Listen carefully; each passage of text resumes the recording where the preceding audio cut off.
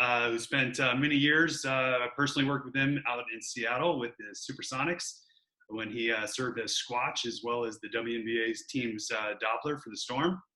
And then Marc moved over to the Midwest and linked up with Tyler out in Oklahoma City with the Thunder, where he launched Rumble the Bison, and has spent Marc, about 16 years in the NBA. Is that the right number? Yes, sir. Well, welcome to Beyond the Arc with us. Thank you. Thanks for having me. Tell us about your first mascot gig, and essentially, how did you get into the industry? Well, mine started in high school. I was the tiger for Alamogordo High School. I was a tiger. It just no name to it, just random tiger. But I did that powder puff thing, where the guys are the cheerleaders and the girls play football. I was the cheerleader, all me and my friends were cheerleading. And I had been in gymnastics when I was young and then stopped later on after I hurt my knee and then just never got back into it. But my junior year, we're out doing all these cheers and everything. And I was like, hey, I think I can throw a back handspring. I used to. Let me try it. And was able to do it. And I loved it. And then I was trying to think of how could I do this, but I don't want to be a male cheerleader. No offense to any male cheerleaders. But now I was thinking, oh, I should be the mascot. So joined in on the mascot my senior year, and then went to Colorado State, was the mascot there, Cam the Ram. Then was briefly the mascot for the Colorado Avalanche, the hockey team, for about 2 months. And then from there, got the job in Seattle and moved up to Seattle. And the rest is history. Our next guest is a longtime partner of mine, podcast partner of mine, and for GameObs.com. He started his career in the Portland area, Portland, Oregon, with the Fire and the Nike character as well. And then he moved across the country to Cleveland, where he launched Moondog with the Cavaliers, as well as becoming the founder and chief executive officer with GameObs.com. Please welcome John Cudo. You skipped about 20 years of my bio, Pat. I started. Man, that thing was like a marathon long. We're cramped for time. That's what happens when you work for 30 years. There's a lot to talk about. That's really what this question is about. Tell us your bio. I started in college in 1987 as the Bison in Fargo, North Dakota for a couple years. Exactly. And then for a couple years, I went to the Timberwolves after that for 7 years. And then from there, Nike into the Portland Fire, into the Cavaliers, as you mentioned. For many, many years with the Utah Jazz, we have John Absey, star of Jazz Bear, and now in his post-retirement career with Alinco Costumes. Welcome, Absey. Thank you, guys. Thanks for having me on. No, just like Marc, I did it for, I think, a year at my high school. They got a new character.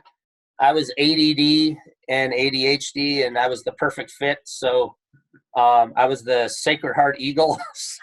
And I did it for a year, and I was done. I mean, that was like the gist of it. Went to school in Fargo, North Dakota, where Cudo was, and I got a call from a team called Fargo Fever, which was a CBA team back in the day, the old Continental Basketball Association. So I started with them, and about 3/4 of the way through the season, they fired me. Because, quote, they thought I was going to kill myself or somebody in the crowd. So then, I was done again. So I was still going to school in Fargo, and then a team up in Winnipeg, Manitoba called, up in the NBL. And I went up there and worked for the summer. And I went back to school. And then a team in Sioux Falls, South Dakota with the Sioux Falls Skyforce, John Ettram, he called me up and was just like, hey, we're having tryouts. One of our scouts or whoever it was, saw me up in Winnipeg, and we called Winnipeg, got your information. So I went down there and showed them a highlight tape, and then got that job. And then that is when I met the current Phoenix Gorilla back then, and John Cudo. And I was so impressed with what Cudo and the Gorilla were doing, at that time. And it was fun because, Cudo talked to me a lot about what was going on and how to get into the profession. And it, because I didn't realize it was a real career. And I mean, did any of you guys, before you got into this, even realize NBA mascotting was a real career? I didn't. And I was at Sioux Falls and Cudo came and performed, and it was so cool because Cudo would walk out on the floor and there he was, the center of the attention, and everybody was focusing on him, and he could raise his hand and 4,000 people maybe. It was in Sioux Falls, but they would all cheer. And I was like, holy crap, that is so cool. So then that's really what motivated me to send out videotapes and sent them to all the NBA teams. And I got a call from a Grant Harrison in Utah, and they were having a 3-team tryout here in Utah with the Sacramento Kings, Seattle Sonics, Mr. Marc and Pat, and the Utah Jazz. And I came out here, and the current Phoenix Gorilla, along with Mike Zarillo, who used to be the old Charlotte Hornet, were the judges.